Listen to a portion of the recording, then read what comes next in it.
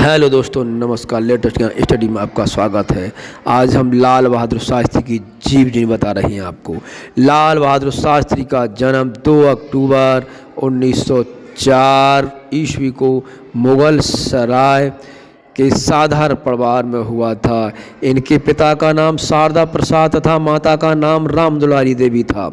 मात्र 1.5 वर्ष की अवस्था में पिता का देहांत हो जाने के कारण अनेक अभावों और कठिनाइयों को झेलते हुए वे जीवन पथ पर आगे बढ़े। वे स्वतंत्र भारत के पहले रेल मंत्री भी बने।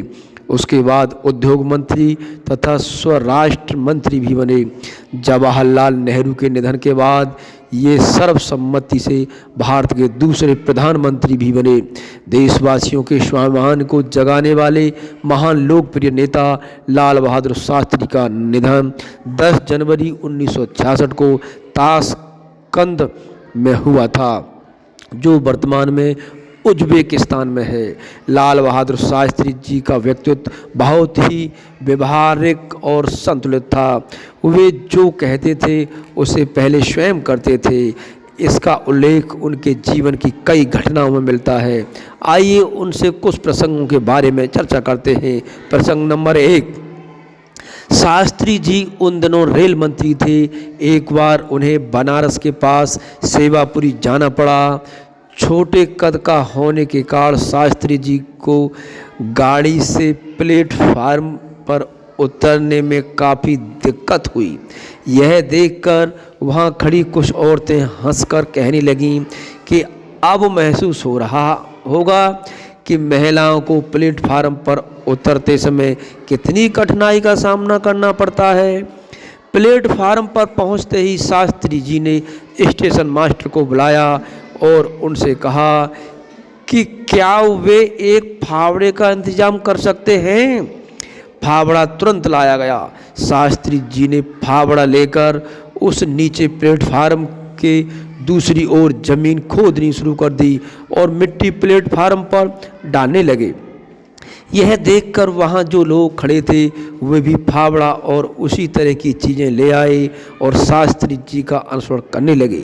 सभी को तब सुखद आश्चर्य हुआ जब 3 घंटों के अंदर वह नीचा प्लेटफार्म मानक स्तर पर ऊंचा बन गया। प्रसंग नंबर 2, यह प्रसंग भी उस समय का है जब शास्त्री जी रेल मंत्री थे और सरकारी काम से इलाहाबाद जा रहे थे। शास्त्री जी की कार रेल फाटक से थोड़ी ही दूर थी कि लाइन मैन ने फाटक बंद कर दिया। शास्त्री जी के स्टाफ का एक सदस्य लाइन मैन की ओर दौड़कर गया और उससे कहा कि कार में रेल मंत्री बैठे हैं, तुम तुरंत फाटक खोल दो। लाइन मैन ने फाटक खोलने से साफ मना कर दिया और बोला कि मैं नहीं जानता कि कौन रेल मंत्री है और कौन प्रधानमंत्री। मैं अपनी ड्यूटी कर रहा हूँ। जब आने वाली गाड़ी गुजर जाएगी फाटक खोल दूंगा।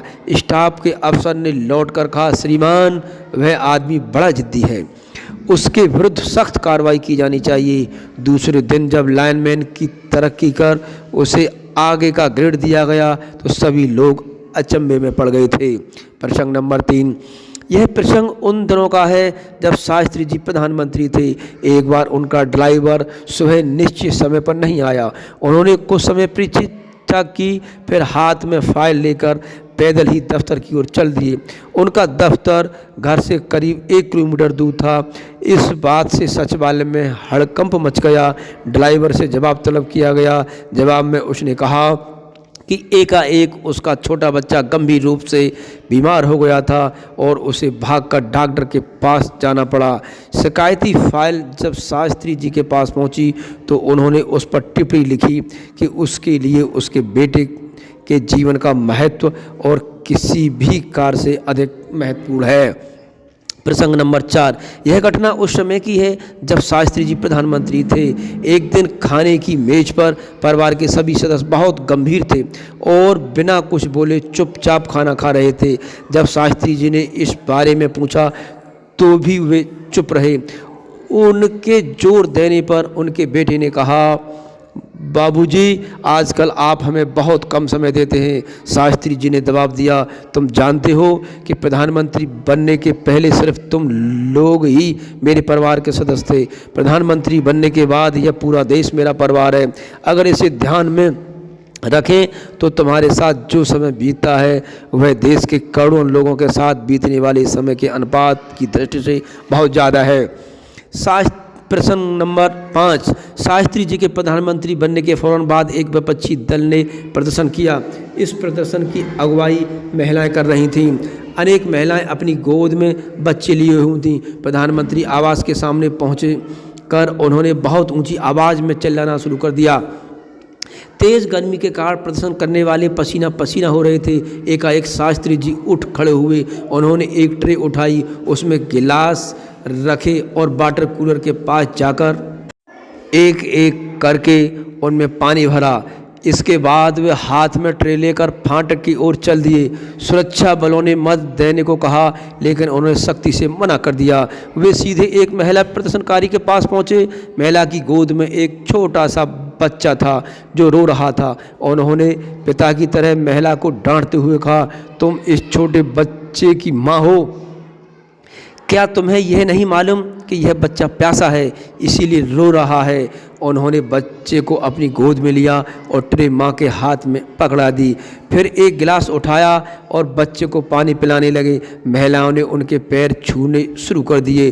कुछ ही क्षणों में भीड़ हटने लगी और लोगों को यह बिल्कुल याद न रहा कि वे वहाँ किस उद्देश्य से आए थे।